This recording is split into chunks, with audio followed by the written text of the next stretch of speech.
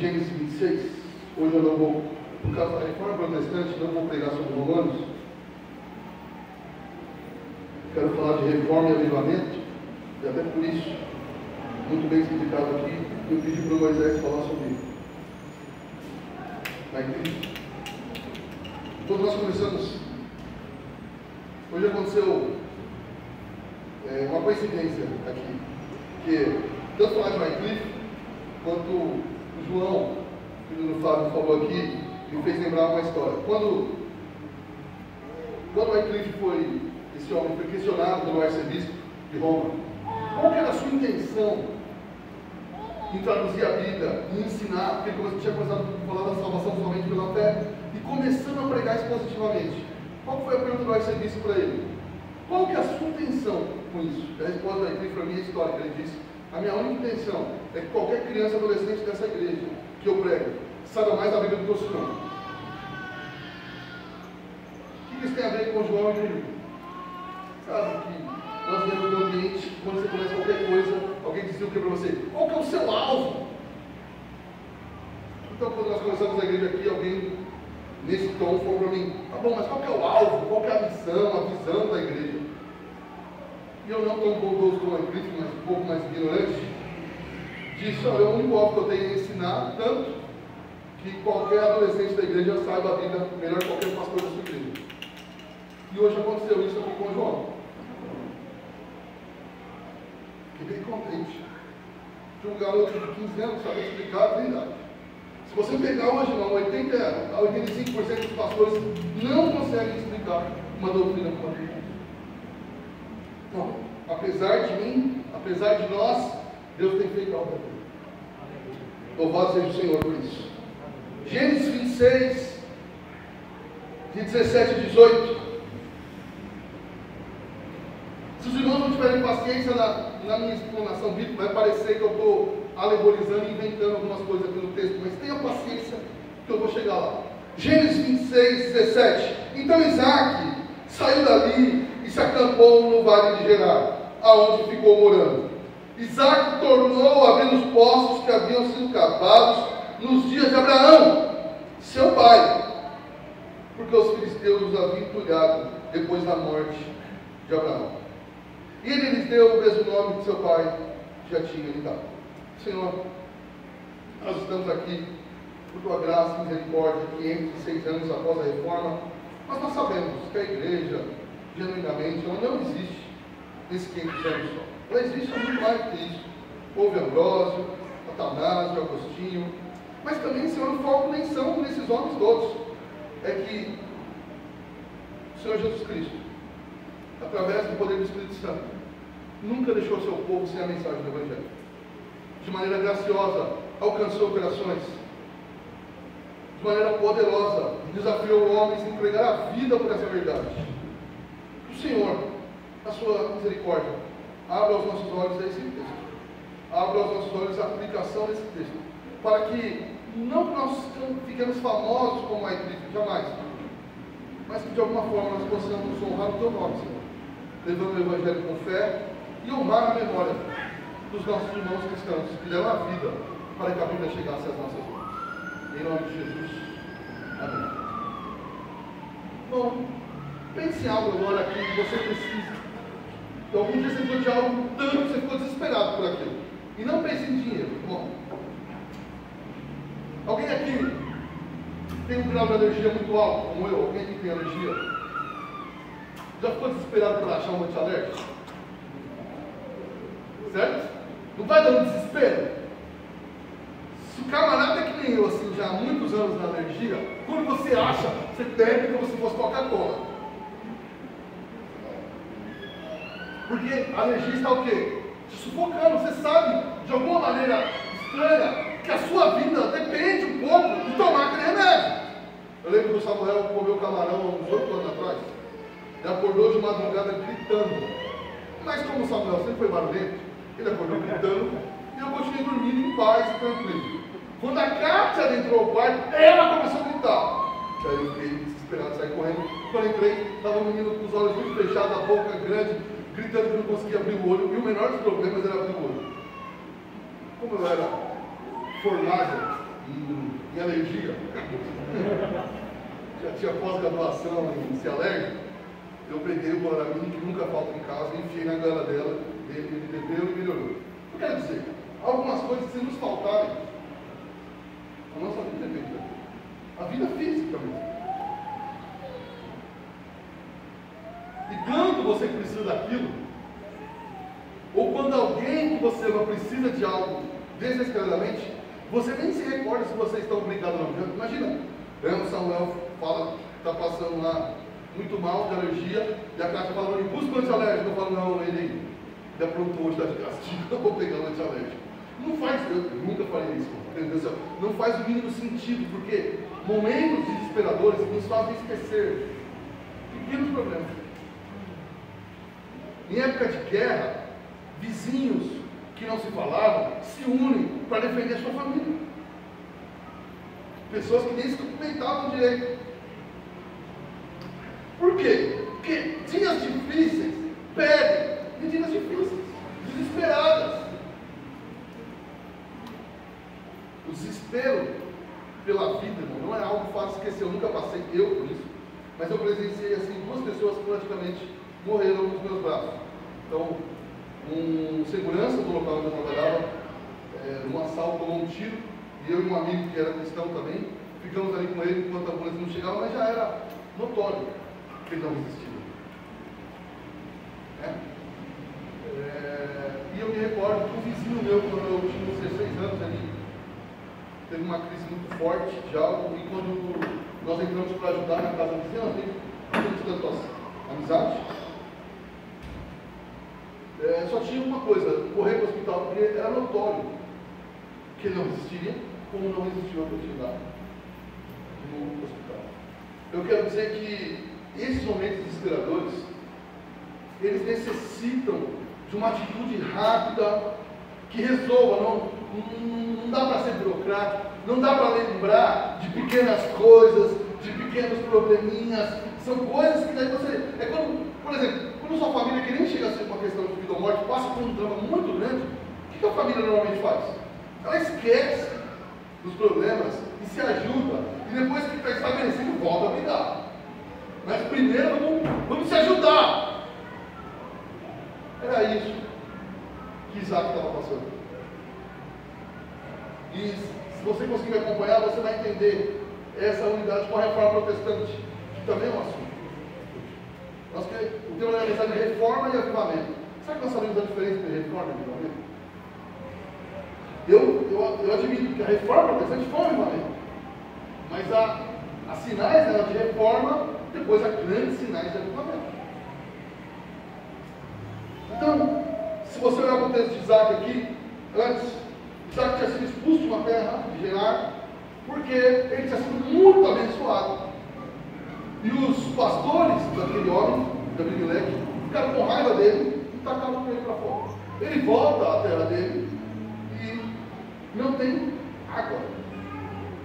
Vocês sabem, Israel sobrevivia de animais e do sol.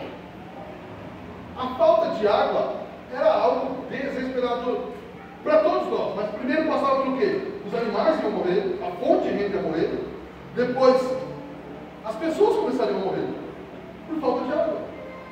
Eles não tinham. Era uma questão crucial. Se você olhar aqui e conseguir absorver um pouco do texto, é o seguinte: é uma questão de vida ou morte.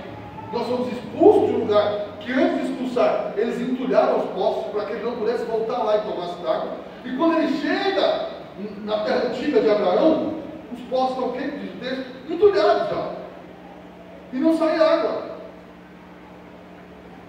Então Isaac está diante da morte, com o seu povo, seus filhos, mulheres, animais, todos eles diante da morte. E o que ele faz diante de tudo isso? Primeiro, uma coisa óbvia, né? Ou eu acho água, ou eu morro. Então, se não sabem água, alimentação, certos remédios, se não tivermos, é morte. Ninguém sobrevive sem água. Eu não sei, tá, irmão? Eu fui ver na internet, mas não tem uma coisa clara. Então, eu não sei quanto tempo alguém pode sobreviver sem água. Mas nós sabemos que não é muito. Quem é casado sabe que a esposa não consegue sobreviver nem uma noite, porque a hora que você está deitado, ela manda você ir buscar. Na verdade, já deitou, se preparou, se cobriu, frio, e a esposa fala: pega água para mim. Ou não, 7 horinhas, não para viver. Nossa, se você não for pegar, eu estou tirando essas pessoas assim. Normalmente se dura mais do que 7 horas sem água. Mas eu não sei se 2 dias, 3 dias, eu não sei. Hã? 3 dias, 72 horas. É possível viver sem água, segundo o Pedro. Deve estar certo. Segundo o Google. O Google é uma maravilha, né? Obrigado, senhor Google. Mas nossa, qual é a medida que ele cobra no desespero? Desentulhar os poços. Ok. Quais poços ele resolveu desentulhar?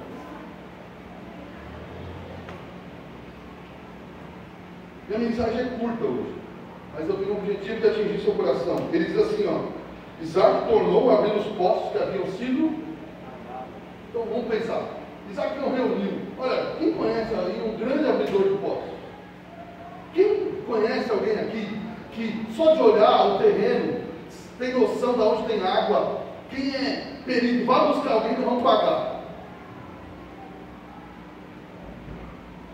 Ô meu, vamos para os poços que já existem. Todo mundo aqui vai trabalhar e tirar os entulhos para que tenha água. Eu imagino, não sei, bom, todos os homens, mulheres, todo mundo trabalhando arduamente para sair um pouco de água. Ele, pós a isso que eu estou te falando, ele vai abrir novos poços. Mas antes de procurar água em outro local, ele faz o quê? Eu vou aonde eu sei que tem. E eu vou desentulhar esses poços para que jorre água. É isso que ele começa a fazer. Não buscou peritos, não buscou conselhos, ele mirou os poços abertos de Abraão. E foi reabrindo. Sabe, irmão, isso já nos ensina uma coisa bem simples. Que todo homem que ignora o passado não é sábio. Sabe, essa coisa é um pouco irritante para mim. Qualquer frase hoje em dia sai alguém falando assim: em pleno século XXI, porque de fato as pessoas acreditam que nós somos extremamente evoluídos. Você vai falar uma coisa da Bíblia para crente, ele diz o quê? Olha, mas os tempos são outros, o mundo avançou, a informação avançou. Não, só para quem não lê a Bíblia acha que há uma diferença com o homem. Quais eram os problemas da igreja com o apóstolo Paulo? Rico se achava mais que pobre, certo? Um irmão comia antes dos outros chegar, fofoca, um roubando o outro e um processando o outro, coisa que já agora nós evoluímos nessa parte, né? Um dia o irmão falou assim para mim, lá em Marília: mas eu sempre tem tanto fofoca na igreja. Aí eu lembrei Efésios, escrevi para ele, falei: desde Paulo, irmão, as pessoas são fofoqueiras. Nós somos. Não estou falando dos outros, não. É o mal do homem. Então, irmão, quem se acha muito evoluído, o que ele faz? Ele nega o passado e fala: nós temos que achar novas soluções. E aí, irmão, eu vou dizer para você: é por isso que, primeiro, esse mundo dá essa loucura. Bom, há 40 anos atrás, 50 anos atrás, 30 anos atrás, qualquer psiquiatra, psicólogo, de olhar para esse mundo com as discussões que tem, fala: interna todo mundo. Parece que os bons são os que são internados. Não, há discussões hoje em dia que você não sabe se é sério ou se é piada.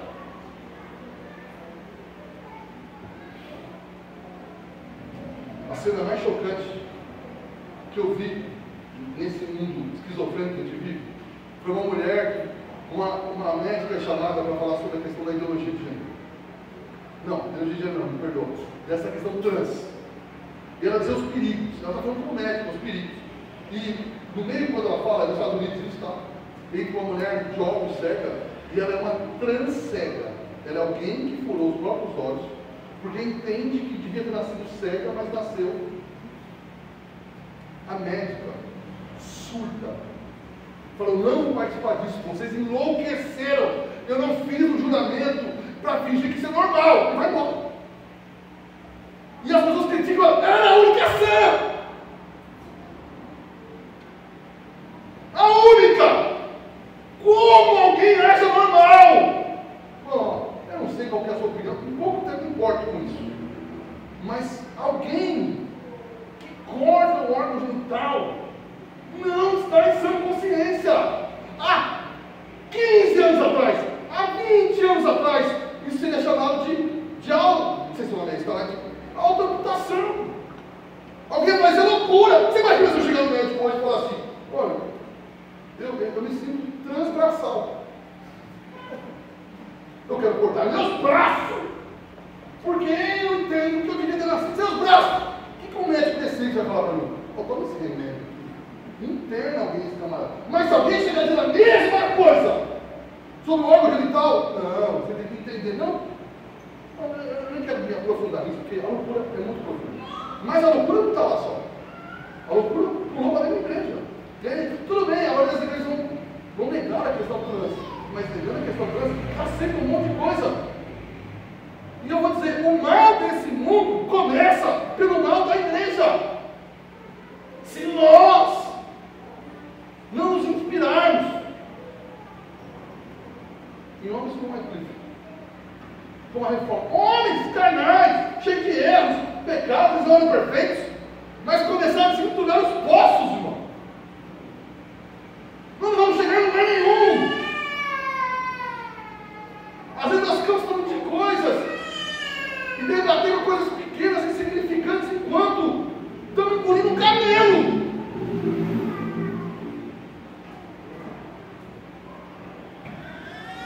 Observe a sociedade. Observe grande parte da igreja. E agora observe grande parte da pregação. Olhe para as canções. Olhe para pessoas, nós aqui, que nos dizemos crentes, temos dificuldade de frequentar o culto. E nós achamos que o mal está lá fora, simplesmente.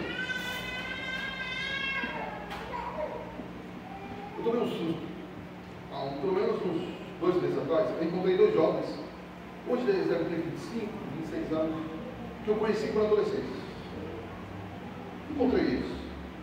Uma dessas pessoas frequenta um terreno e a outra não quer saber de igreja de hipótese nenhuma. Conversando com eles dizendo que a igreja é isso, a igreja é aquilo, a igreja não sei o quê, falando sempre de pessoas que quando eu tentava levar qualquer questão de Jesus Cristo, eu pensava que eles não compreendiam nada, e um deles era mais aberto à conversa e eu puxei assunto. Eu era gente boa, educado, nós estamos conversando, eu falei: rapaz, mas você conheceu o Senhor, hoje está casado, tem uma filha. Ele falou: tem uma coisa que eu não vou fazer com a minha filha, até uma certa idade eu levar na igreja. Eu quero que ela curta, ninguém vai ficar aprendendo meus filhos, não. Eu falei: você olha para esse mundo e acha que a solução é não ensinar o evangelho para os seus filhos. Ah, não. Nossa, não quero falar dessas 2 pessoas que eu amo e oro por ele. E eles não são um problema cristão. Sabe que 40% dos jovens cristãos se afastam do Senhor na faculdade? É uma realidade. Talvez o número seja até maior. Por quê?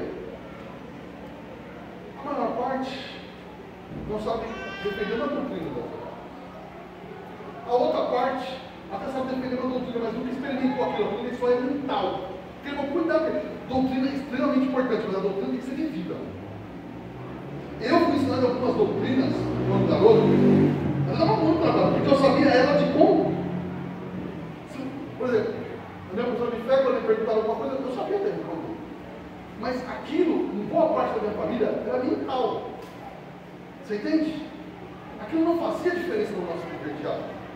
Jesus Cristo não era uma coisa que você experimentava também, cria doutrinalmente, é óbvio, mas também o amava, o desejava, queria servi-lo. Porque, irmão, tem gente que fala: o que é mais importante?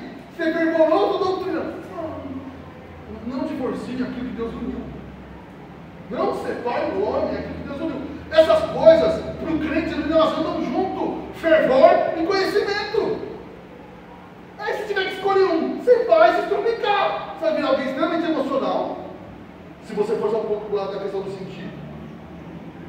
Você vai achar que as suas emoções guiam o que Deus fala. Você vai acreditar em um monte de besteira que eu acreditei. Tem uma brincadeira que eu faço toda a reforma protestante. E aí a questão é provocar. Né? Toda a reforma protestante eu coloco assim no meu Instagram, no meu Facebook, sempre dando umas brigas, e esse ano não vai ser diferente. Espero que se repita as brigas. Eu escrevo assim: para você que crê na salvação somente pela fé, feliz reforma protestante. Você que acredita nas obras ou em cobertura espiritual, pode curtir o Halloween. Se você acredita em cobertura espiritual de homens, você está no Halloween como eu que estive lá um pouco. Eu sei que é pesado, mas a única intenção vai ser pesada. O que eu quero dizer, irmãos? Eu quero dizer que você simplesmente sentir e ter uma entrega emocional sem conhecer não faz sentido. Agora, você conhecer e não ter essa entrega, esse coração, também é problema.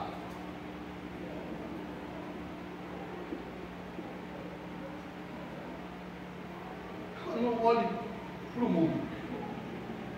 Rapidamente pense nas coisas mais profanas que você tem visto ultimamente na televisão. É gente matando gente, são tantos absurdos, na verdade.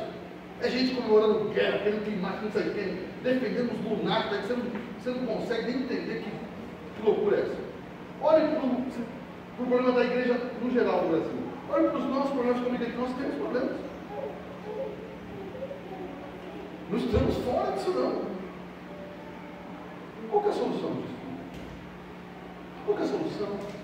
Agora, vou mais. Olhe para os problemas da sua família. Olhe para os problemas do seu casamento. Que eu acredito que tem um problema. Não, eu tenho certeza. Como eu acredito, só falo. Olha a educação dos seus filhos. Quais são os problemas que você tem? Existem problemas? Agora me responda. Eu sei que eu já fiz isso muitas vezes, mas eu vou de novo. Quais são as soluções para isso? Eu sei, a igreja há pelo menos 25 anos atrás acreditou o seguinte: a solução para isso é curso para tudo. Bom, nunca se viu na história da humanidade tanto curso para casamento dentro da igreja. E os casamentos melhoraram? Não, o tanto de curso, o tanto de livro que se vende, o tanto de palestra que se cobra, é a marca da nossa doença, não da solução. Por que alguém compra? Porque está no caos. A pessoa chega em algumas coisas de casais e não dá qualquer valor, porque ele é crente e não quer. O casamento acaba de divórcio. É que tu vai ensinar lá. Olha, sabe, irmão, seja romântico com a sua esposa. Lembre das datas de aniversário. O que mais?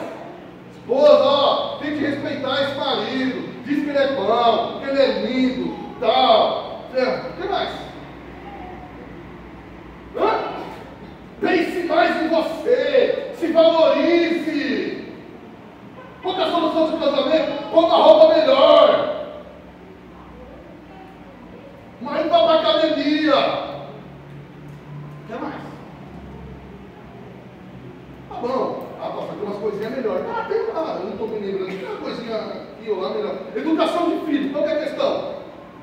Tem uns caras radical, bate esse moleque, dá uma cintada ali até melhorar. Já tem outros, não. Somos educação proativa. Nunca corrigimos. E aí, nada de Bíblia. Por quê? Porque as pessoas acreditam que um curso de noivado, um curso de casamento, um curso de educação de filho. Tinha um irmão na igreja, gente fina. Eu não posso até falar o nome dele, o Daniel. Toda vez que nós temos conversar sobre a igreja, ele falou assim: mas agora precisa fazer um curso de educação financeira nessa igreja. A primeira vez que eu aguentei, lá na terceira ou quarta, eu vou te dar na capa errada. Por quê? Porque, Daniel, eu não consigo fazer você vir 3 cultos seguidos. Você não vem nessa igreja 3 cultos seguidos. Mas você acha que um curso de educação financeira, você gasta seu dinheiro que você quiser. Primeiro vem no culto, ouve a mensagem, nós vamos chegar lá. Irmão, o que eu quero dizer com isso? O que nós precisamos é a mensagem do Evangelho. Depois que as pessoas receberem a mensagem do Evangelho, desentulhar um monte de asneira que acreditam. Você vai chegar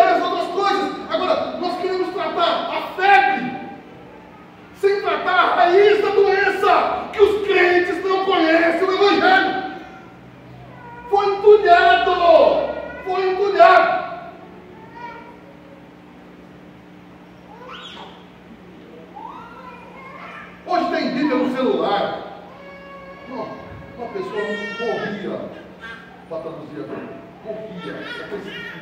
Lutero ficou 2 anos escondido para traduzir a Bíblia. 2 anos escondido. Para você ter, e não lê. E o que você fala? Eu não tenho tempo. Ah, meu Deus do céu. Próximo que eu gostaria de falar, eu não tenho tempo, eu vou pedir seu celular. Vou mostrar para você o quanto tempo você gasta com as redes sociais. Ah, pastor, eu não gasto com as redes sociais. Tá bom, eu vou ver os homens, quantos jogos de futebol você assiste? Como você tem que parar desse jogo de futebol? Eu não posso assistir. Estou querendo dizer que se você conseguir separar um tempo, outros, os mais fitness, que eu tenho que ficar com vocês e não fico, o tempo que você gasta na academia. Vá na academia, não vá. Mas você não pode gastar um tempo com Deus também. Eu não estou dizendo que você ir na academia, viu, irmão? A academia é bom, eu não vou.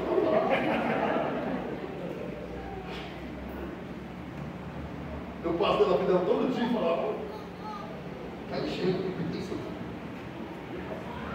Não adianta, irmão. Eu tenho um monte de crente fitness que vão saladinho para o inferno. Conhece o evangelho? Não tem 1% de gordura no corpo. Fica tranquilo. Já não vai gostar. Acho que vai queimar até mais fácil. Conhece o evangelho, irmão? Outros sabem de tudo, sabem da política, de não sei dos quantos, não sei do que, do exército. Vai chegar no inferno e vai fazer o quê? Vai pedir para colocar o político favorito dele, porque ele vai estar lá o seu político favorito. Fica tranquilo.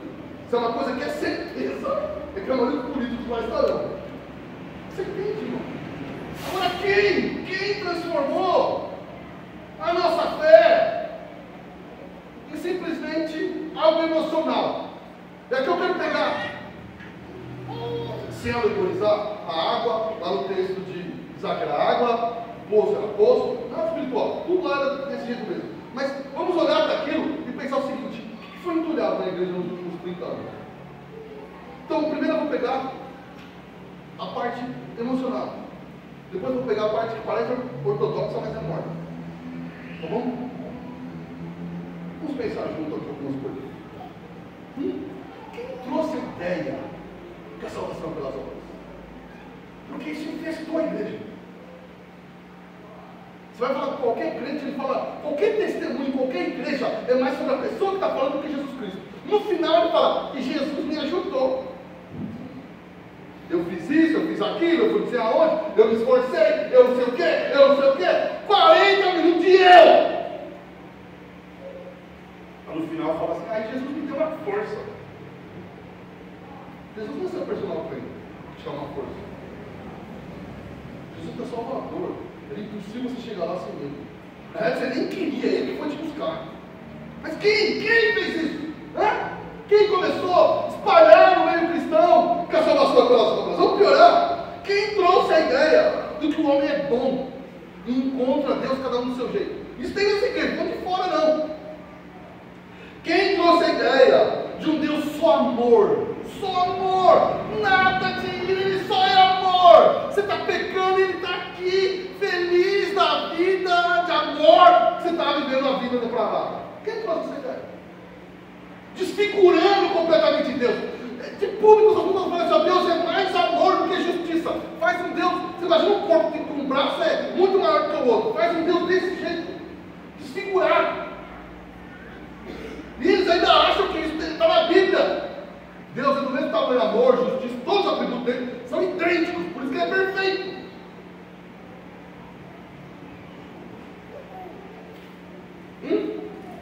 Vamos mais? Quem trouxe a ideia que eu posso interpretar as passagens bíblicas do jeito que eu quiser? Eu senti que quer dizer isso. Para mim significa isso. Ele vai contra o que o autor está dizendo. Eu cheguei ao limite de ver esses dias do pastor pregando. Sabe aquele texto assim que diz, eu gosto muito dos amigos, eu fico com tanta raiva. Se a sua esperança somente nessa terra, somos os mais felizes. Ele falou que o apóstolo queria dizer que a sua esperança é só na terra futura. Você é o mais feliz. Ele inverteu o versículo e pregou 40 minutos sobre ser feliz tendo coisas nessa terra. E o povo não era nem de vez dando cadeirada. Por quê? Porque eles querem ouvir isso.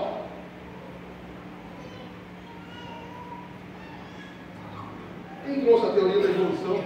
Cheio de pastor na internet, pastor, que as pessoas acompanham, que não crê que Deus criou Adão, que foi o Big Bang. Um monte famosinho aí. Quem trouxe Marx para dentro da igreja?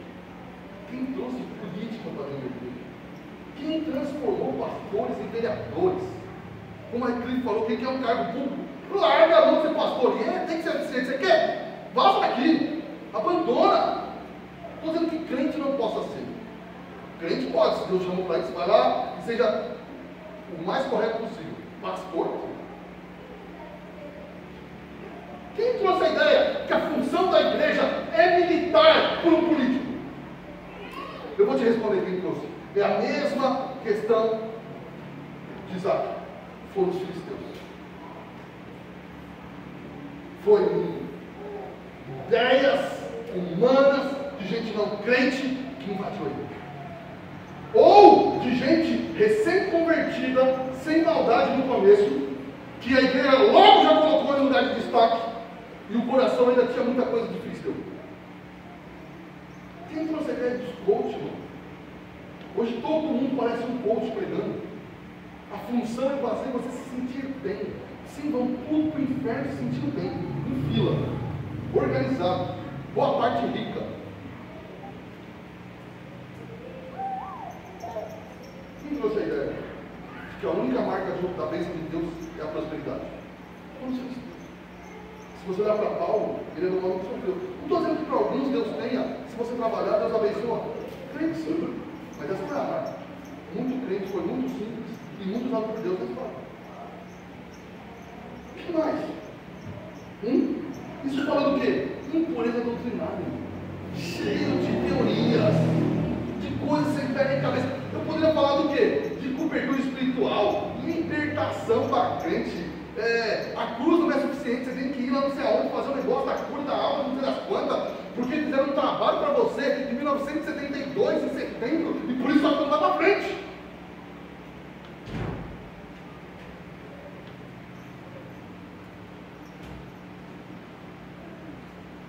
Então, gente, Deus existe isso. Quem começou a ensinar que Deus não é tão soberano? O homem decide as coisas. Que ele não pode se meter. Deus não pode nem escolher quem vai salvar do corpo. Ele não vai fazer nada, não.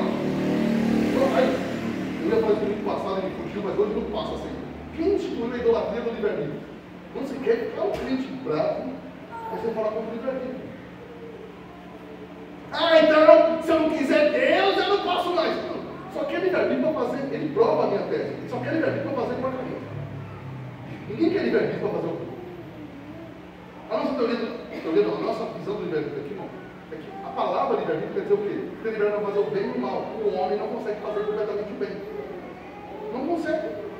Sem Cristo ele não consegue. Então isso não existe.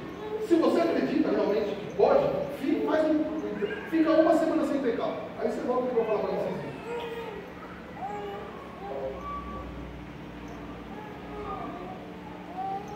Impureza, incredulidade.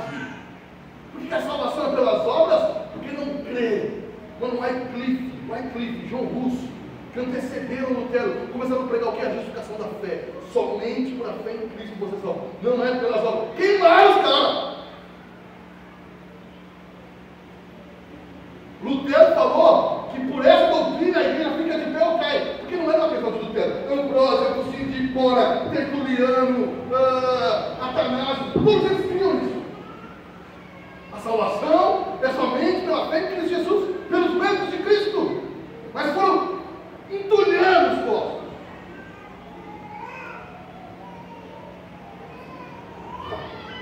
E vai assim de um no outro. Primeiro entulha dizendo o quê? Não, a salvação pelas obras. Aí quando você cansa disso, vem alguém que está dizendo o quê? Não, você pode ser salvo vivendo o pecado, porque sai de entulho de lá, vai de entulho de cá. A ortodoxia também, que era para ser bom. Pô, tem gente que tem o evangelho na mente. Quer um culto regradinho, com todas as questões. Briga por causa de coisinha. Eu e a Cassandra lembramos quando tinha profissão de fé, na igreja onde nós frequentávamos, tinha um irmão, eu não vou dizer o nome dele, que depois nem ficou crente. Toda vez que eu era profissão de fé, ele encrespava a família de alguém e fazia perguntas absurdas, porque ele queria mostrar o vasto conhecimento dele. Eu lembro que eu tinha uns 14 anos, e toda pessoa chata na minha vida pensava, é igual aquele fulano.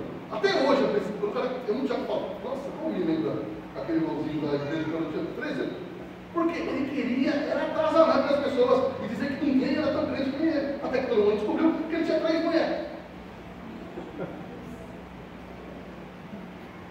Ele era o mais duro.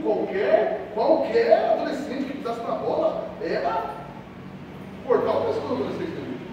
Tinha que excluir, fazer, porque era de mente.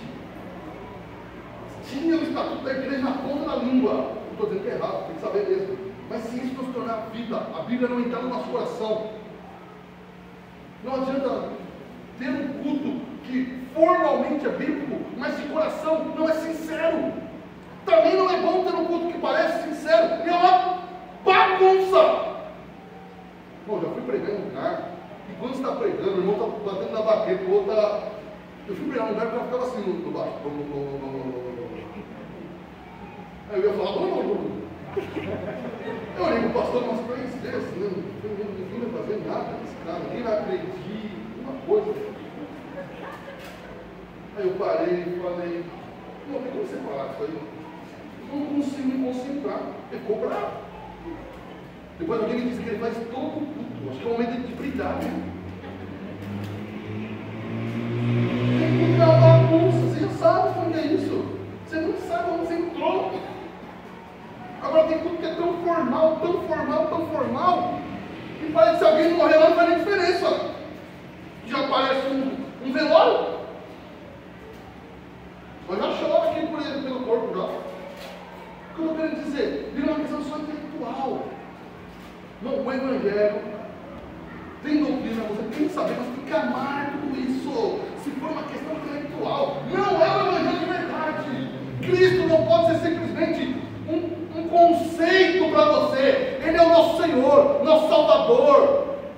Nós o amamos e entendemos sim a doutrina que Ele é divino, nasceu de uma virgem, ressuscitou ao 3º dia, está vivo e virá nos buscar. Essas coisas andam juntas. A gente cuidar, os postos quando sabe dizer o seguinte, não interessa a doutrina. Aí o outro não, só interessa a doutrina. Aí a apologética, que é a defesa da fé, invadiu os grupos. Então, às vezes, nem tem pregação, só tem uma defesa. Quando eu digo defesa, é o seguinte: é só dizendo o que você não deve fazer, só mostrando o que é de errado com os outros. Não adianta. O Evangelho não é uma mensagem que os outros estão errados. O Evangelho é uma mensagem de boas novas. Você pode ali, por 5, 10 minutos, falar que está errado, mas Deus tem algo naquela passagem, naquele texto, de bom para o seu povo. Que não é simplesmente dizer que os outros erram. Quando nós definimos a pregação só dizendo que está errado com a igreja, não é pregação. Olha para Paulo, ele diz que está errado, depois diz como fazer, depois como deve agir. Aquilo tem que ser real, genuíno, e invadir nossos corações. Ou, quem sabe, isso acontece aqui, nessa igreja, a igreja, não entende a doutrina, mas a igreja é só um negócio do domingo só. Eu vou lá domingo de manhã, das 10 às 11h30, bate o cartão e vai embora. Não congrega. O que eu quero dizer? Não tem afinidade com os irmãos, não se interessa pelos irmãos. Chega em cima da hora e sai correndo, desesperado.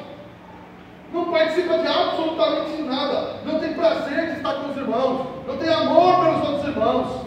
Não se alegra com os irmãos que estão sendo batizados. Não se alegra aquele que está se chegando. Não se importa de não ver o outro irmão e também perguntar como é que está a vida do irmão. Por quê? Porque não congrega. E quem fez isso também foi filisteu. Isso é doutrina do diabo em Deus. Sai do exagero do outro. Quando você tem que passar aqui 6 dias da semana nessa igreja? Se você puder, nós vamos te colocar para fora. Você tem que cuidar da sua família, tem que cuidar dos seus filhos. Agora, tem gente que não consegue vir um dia por 1h30. Qualquer coisa que marcar é muito. Não conhece ninguém na igreja. pecado. Você não vai desenvolver sua salvação. Você não precisa só de um só pastor, não, só daquele que ajudou. Nós precisamos de todos os irmãos aqui. E alguns de vocês são tão feridos por coisas lá atrás que não conseguem fazer uma reunião de comunhão. Ai, mas não sei o quê. Ai, vai ter alguma reunião lá, não fica na sua casa, por favor.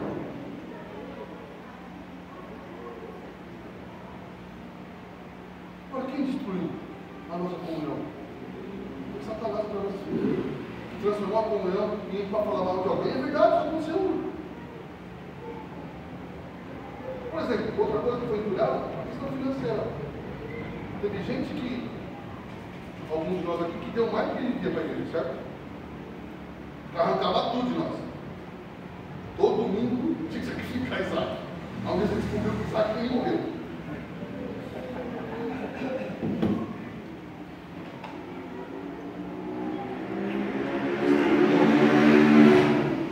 Teve um irmão, engraçado, passou o meu filho da Bíblia. Isaac não morreu, mano. Deus providenciou outro. Eu sacrifiquei Isaac 10 vezes, pastor. Falei, eu também. Isaac olhava para mim e falou assim: eu vou morrer de novo, velho. Agora, o irmão está certo. Não, qualquer igreja que tira demais, tudo tem que pagar. Não, só para ter uma ideia, o querido irmão dele aqui perguntou para mim se cobrava o batismo. Porque tinha irmão que cobrava o batizado. Eu já conheci ele cobrar o batizado. Cobra para casar, cobra para educação de filho, saíram as crianças, 50 conto mensal. Isso é um absurdo. Ainda tem a oferta, não sei o quê, da semeadura, da restituição, do raio do Isaac que não morre nunca. Um dia eu falei, eu queria recitar esse Isaac agora, velho. Eu cansei de dar. Sai desse exagero, irmão. O pastor Gil está ali, que deu um cachorro. Essa história é melhor de tudo. O pastor Gil deu um cachorro e depois teve que comprar um cachorro por 3 vezes do preço do cachorro. Se eu sou o cachorro, eu já mordi ele, porque se não dá. Mas eu não vou dar. Não, agora você sai desse exagero, tem que dar até o cachorro. Eu fico imaginando, mano, quando o pastor Gil me contou essa história, eu fiquei imaginando assim, uma palavra de oferta, ele subindo na caixa, subindo da salva. Mas não foi assim, não. Foi bem pior que isso. Agora, irmão, você sai desse exagero, compreende esse exagero, para eu não vou contribuir. Eu não vou dar mais nada. Nós temos gente aqui nessa igreja, que está aqui há muitos anos e não contribui e é contra a contribuição. Você entende? Você sai de um problema para outro problema. Quando Paulo diz lá que nós devemos ser o quê? Ousados, mas equilibrados no Senhor. Saber o que é bíblico, saber não passar do ponto, saber não deixar ser levado pela emoção, dar mais do que você deveria, mas também saber que você deve contribuir para aquela obra final. Esse é o chamado.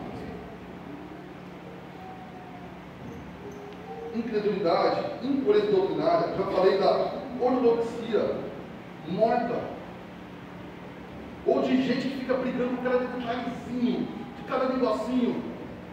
Está cheio de gente assim na internet. E eu já quase me tornei várias vezes alguém assim.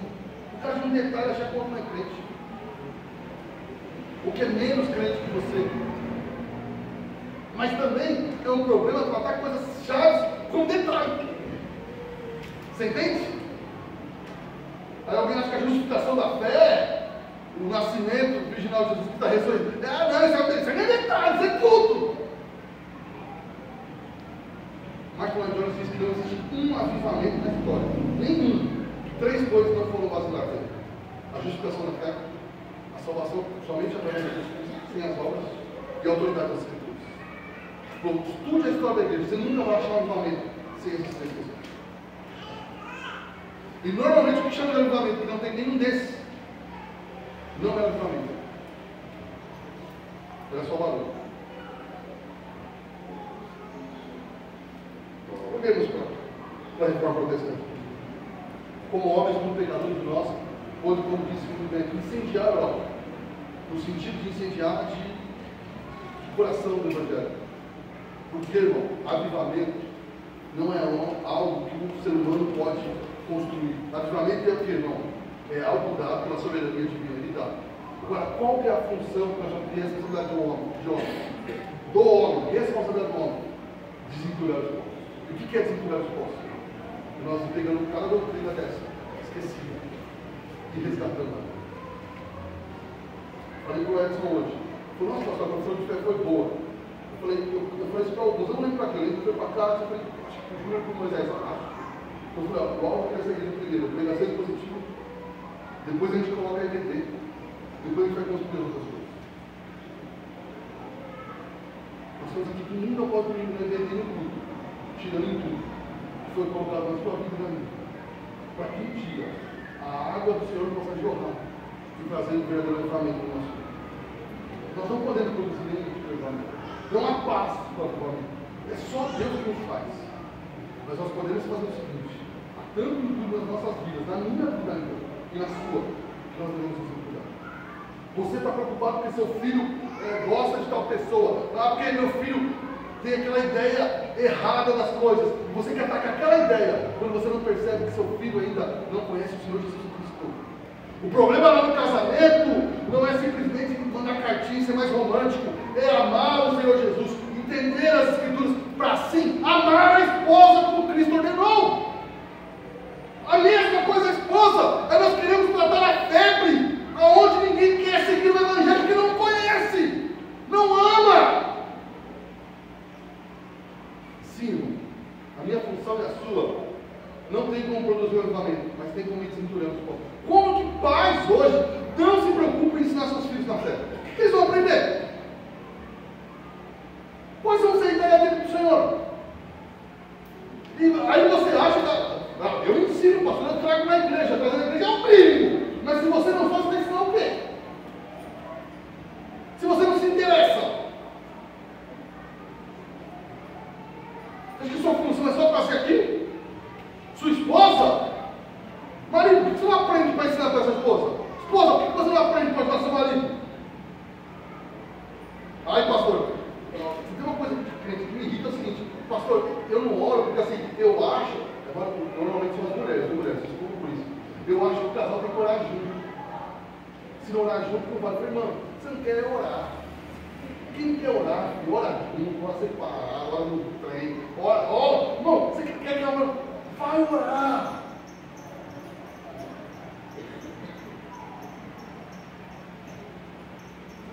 Não só isso, tirando cada uma desses intuitos, um dia, pela misericórdia divina, nós vamos ter um avivamento genuíno nesse país. Se não tiver nesse país, que possa ter pelo menos no nosso estado. Se não tiver nesse estado, que possa haver na nossa cidade. Se não tiver na nossa cidade, que Deus possa avivar a nossa igreja. Se Deus não avivar a nossa igreja, vocês virão avivados. O Jones um dia chocou toda a congregação dele. Falou o seguinte: eu queria que fosse a Inglaterra avivada. Ele falou: eu queria que fosse a Europa. Eu desejaria que fosse a Inglaterra. Se não for a Inglaterra, eu queria que fosse Londres. Se não fosse Londres, que fosse aqui a capela de Westminster. Mas se vocês não querem, Deus faz comigo, pelo menos. Essa é a minha oração. Que todo aquele misticismo, nós precisamos jogar fora esse desenfreado. E toda a profecia morta, toda aquela coisa que eu só estou lá só para bater o cartão, desapareça.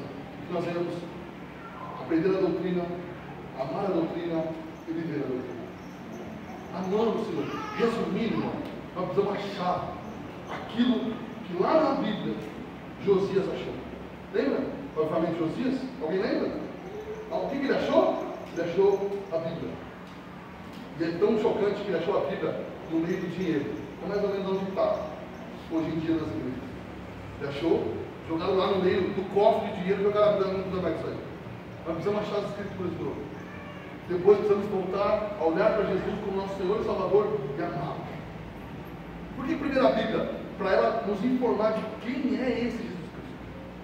E de acordo de quem é esse Senhor, nos entregamos a Deus. E aqui não é uma mensagem só para você, não. É uma mensagem para mim.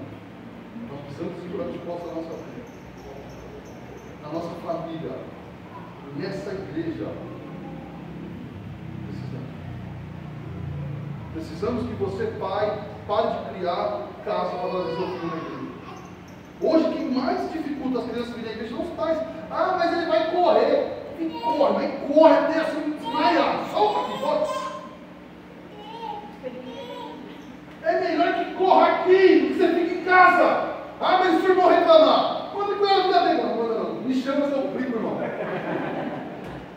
Irmão, eu prefiro aqui. Ah, vai dar trabalho. Qual criança não dá trabalho? Essa é desculpa, você ficar em casa, tem desculpa. Ai, Deus está tendo, que não é porque eu... É, porque você quer sim. Vai no shopping, essa criança que comer na igreja. Ai, mas eu não vou no shopping também. Coitado dessa criança, não tem nem acredito no shopping. Você é o problema, né? Nem vai no culto, nem passeia. Ó, criança sofrida. Irmãos, vamos abrir os olhos. Ah, pastor, dá trabalho. Educa, irmão. Mas aí dá trabalho, não, trabalho enorme. Dá satisfação para os outros, mas não trabalho. Um trabalho bom? É, você dá trabalho. Do cara dá trabalho. Cansa, né? Cansa. Essa mulher está cansada de vocês. É 80 perguntas por dia. É louvado seja o Senhor. Nossos filhos estão sendo ensinados na fé cristã. E quando eles crescerem, não vão sofrer por isso. Vamos ficar de pé.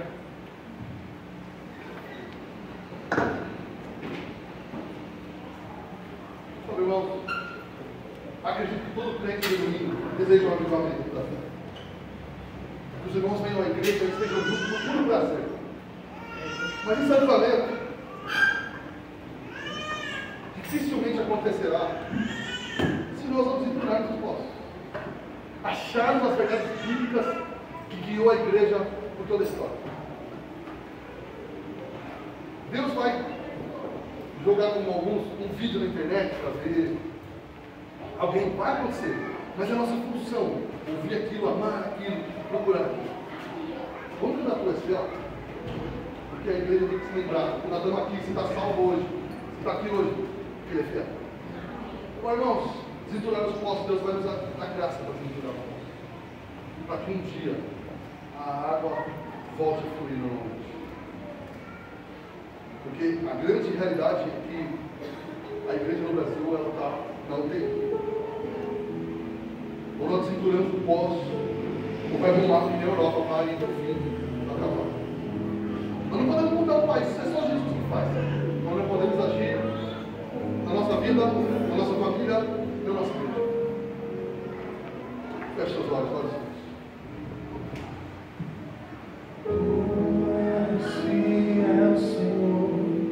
Meu Pai Celeste,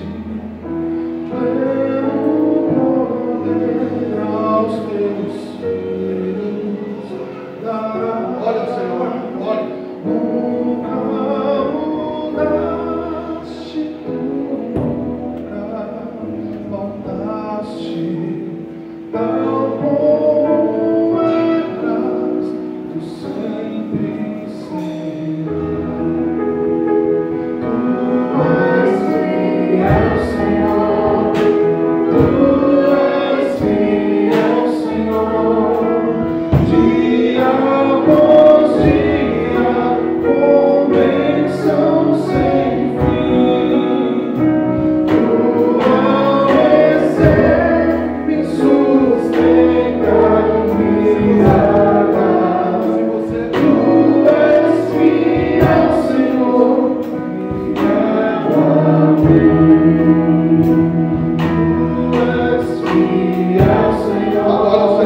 olha só, se você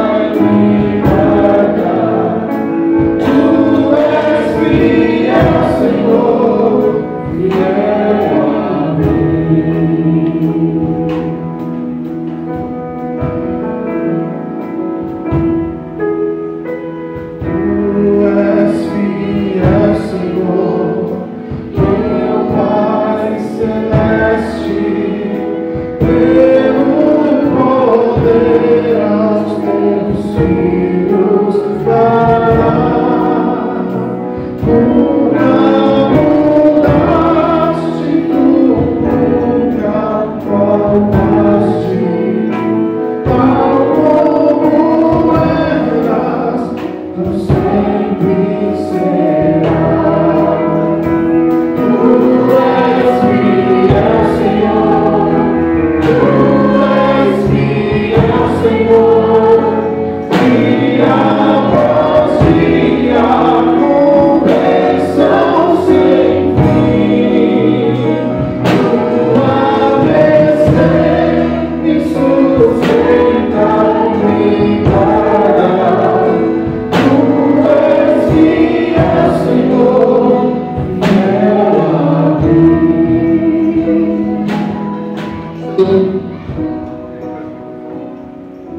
Senhor, nós oramos, encerrando esse culto. Pedimos a tua graça, Pai, que o Senhor nos leve a desentulhar os postos, nos dê sabedoria para juntos fazermos isso, Pai. Clamamos ao Senhor que um dia o Senhor avive nossas vidas, nossa igreja, nossa cidade, nosso país. Precisamos de um avivamento, Pai, como Isaac precisava de águas. Precisamos derramar teu Espírito. Um avivamento genuíno que fale da autoridade da Bíblia, da justificação da fé, da soberania de Cristo, da sua divindade. Senhor, que o teu Evangelho invada os nossos corações, que teu Espírito Santo faça queimar de novo o teu Evangelho no nosso coração. Também, Pai, somos gratos por essa manhã maravilhosa, onde vimos vários irmãos professando a fé que irão ser batizados. Que o Senhor nos sustente, não só ele, mas a cada um de nós, que sem tua graça nós falhamos. Que o Senhor leve cada um dos nossos irmãos em paz e em segurança, em nome de Jesus. Amém. Irmãos, não deixe de fazer.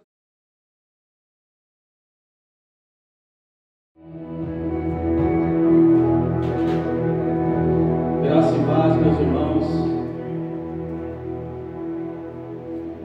Dia 31 de outubro de 1517, aconteceu a Reforma Protestante e hoje, podemos, por favor, aceitar? E nós queremos lembrar hoje, de uma maneira breve, não serei eu que pregarei, será o pastor Darcio, mas nós gostaríamos de falar um pouquinho da história da igreja a respeito dessa reforma. E nós falaremos de uma pessoa que possivelmente ela é bem pouco falada sobre a reforma, e a gente vai falar sobre John Wycliffe, que é considerado hoje como, ou foi considerado até naquela época, como um pré-reformador. Ele nasceu em 1328, tem alguns historiadores que falam que ele nasceu entre 1320 até 1930, e não sabe-se muito bem um pouco dessa infância dele e quais são a data correta. Mas sabemos que ele é um inglês, sabemos que ele era do condado de Yorkshire, não é Yorkshire, né? É Yorkshire. E ele foi criado, ele era de uma família abastada, rica, e ele foi criado, a partir de toda a vida dele, foi dedicado aos estudos. John Wycliffe, ele entrou na universidade, no mundo acadêmico, quando ele tinha 13 anos, na famosa e antiga Universidade de Oxford. E aí ele estudou teologia, né, e ele é também considerado um filósofo. Em 1372 ele recebeu o seu doutorado, mas ele foi conhecido por a sua época como um erudito cristão, como um crítico da igreja na época. Ele era tradutor das escrituras, ele é um tradutor das escrituras, nós vamos falar rapidamente sobre isso. e ele é um precursor da reforma protestante que aconteceu em 1517. Nós podemos falar aqui, primeiro, o contexto de que, onde e como estava a Inglaterra e como estava o mundo naquela época. Primeiro, a peste negra, ele varreu a Europa, matando em alguns lugares até 2/3 da população, dizimou toda a população. No contexto da história ali, existia uma grande crise da Igreja Católica. É chamada também como a história, né? Ou a Era das Trevas. A igreja estava mergulhada em grandes trevas. Existia também crise no papado, né? A grande cisma, que foram levantados 2 papas para tentar controlar a igreja ou rivalizar um com o outro. E nessa época se havia muitas questões que a igreja e o Estado era a mesma coisa, diferente hoje. Se nós pensarmos, a igreja é bem diferente, ou não tão diferente assim, se nós olharmos com um olhar mais crítico para hoje. Ele não era muito diferente, né, do que ele viveu, o que nós estamos vivendo hoje. O Estado e a igreja era a mesma coisa. Ele determinava, o Papa governava a Europa inteira, o mundo inteiro, e os reis também eram subjugados. As solicitações de indulgências para você, ou você tinha que pagar indulgências para que a sua salvação por obras, você pudesse aliviar a sua punição no purgatório. E ele foi um grande crítico dessa época, mas ele foi influenciado grandemente por um professor, que ele estava terminando a carreira dele, mas expôs o Evangelho para ele. E aí, a partir dali, ele era alguém que era um apoiador da coroa inglesa. Para você entender também o contexto da coroa inglesa, a igreja tinha mais da metade do território ou das propriedades da Inglaterra, e a maioria das pessoas, os clérigos, né, dos sacerdotes daquela época, era basicamente de pessoas imorais. Os clérigos, ou a quem tinha algum poder dentro da igreja, eram pessoas imorais, sem temor a Deus. Os sacerdotes imorais, você pagava, para você ter um cargo dentro da igreja, você pagava para isso.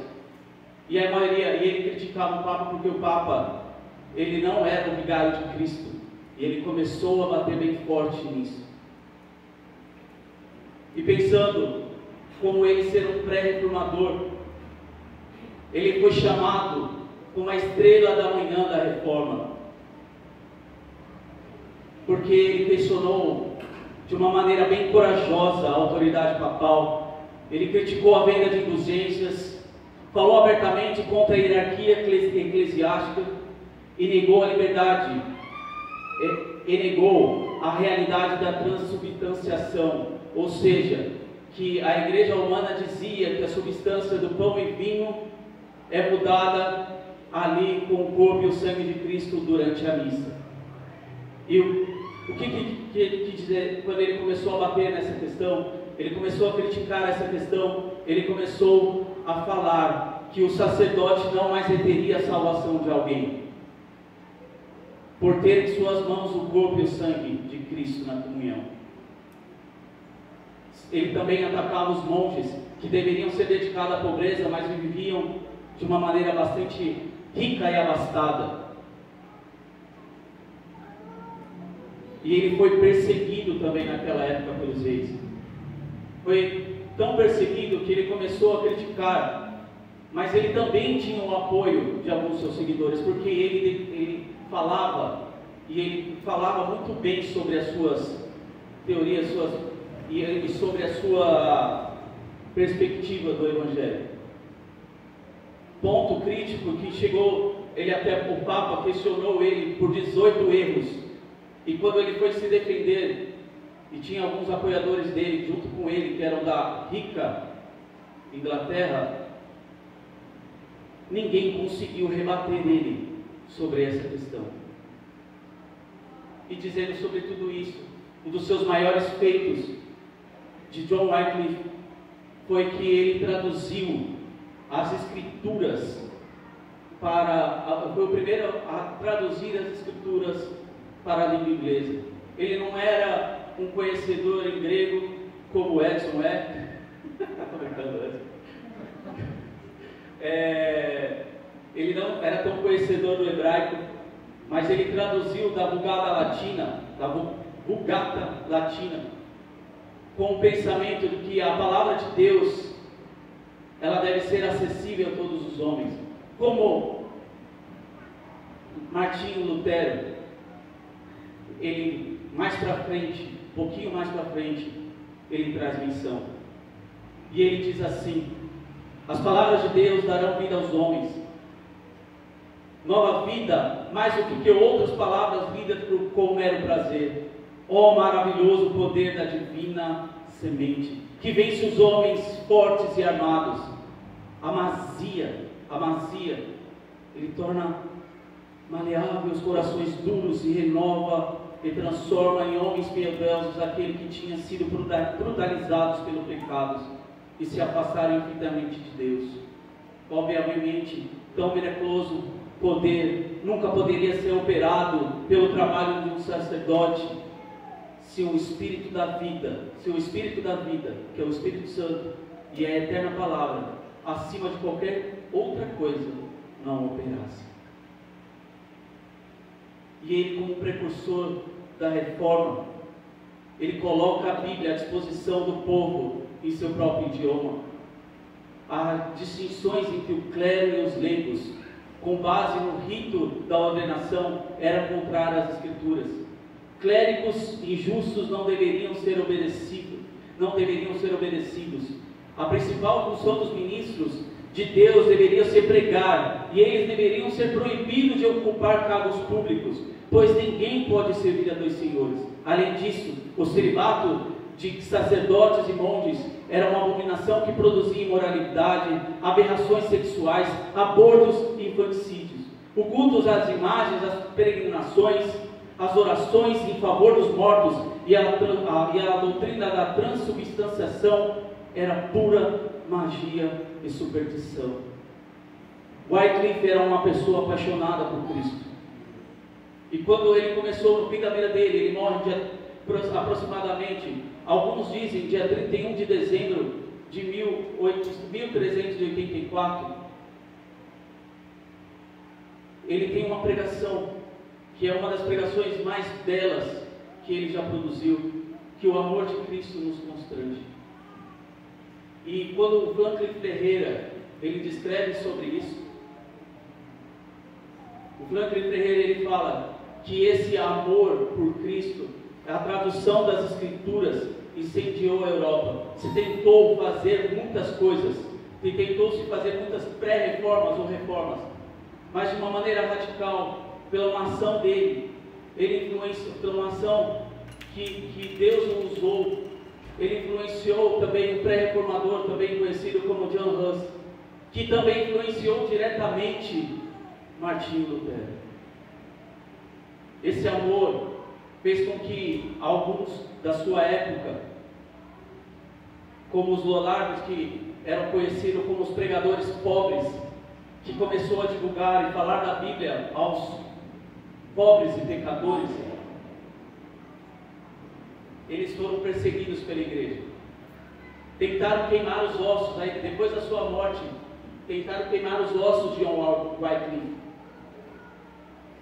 Mas a sua obra, permitida por Deus, já estava no coração de muitas pessoas. E que quando nós celebramos a Reforma Protestante, nós não viemos aqui à toa. Nós não viemos do nada. A igreja tem a sua história. E todo dia 31 de outubro, o nosso coração deve se alegrar por isso. Porque não foi homens pagaram preços para preservar as suas escrituras, para mantê-la à disposição do seu povo. Hoje, nós não temos uma dimensão real, ou se nós não estudarmos a história da igreja, do que significa tudo isso. Ele reformou nossos corações, como nossos irmãos fizeram a profissão na fé. A salvação não é por obras. A história da igreja, Deus levantou homens piedosos para que pudessem bater. Homens queriam indulgências. Queria falar que você poderia agradar a Deus entregando coisas ou fazendo coisas, mas nós agradamos a Deus por Cristo Jesus. E acima de tudo isso, Cristo Jesus em nós. Então nós celebremos a reforma da protestante, porque a verdade chegou até nós por causa que Cristo preservou e preserva a sua igreja. Gostaria de convidar o pastor Darcy.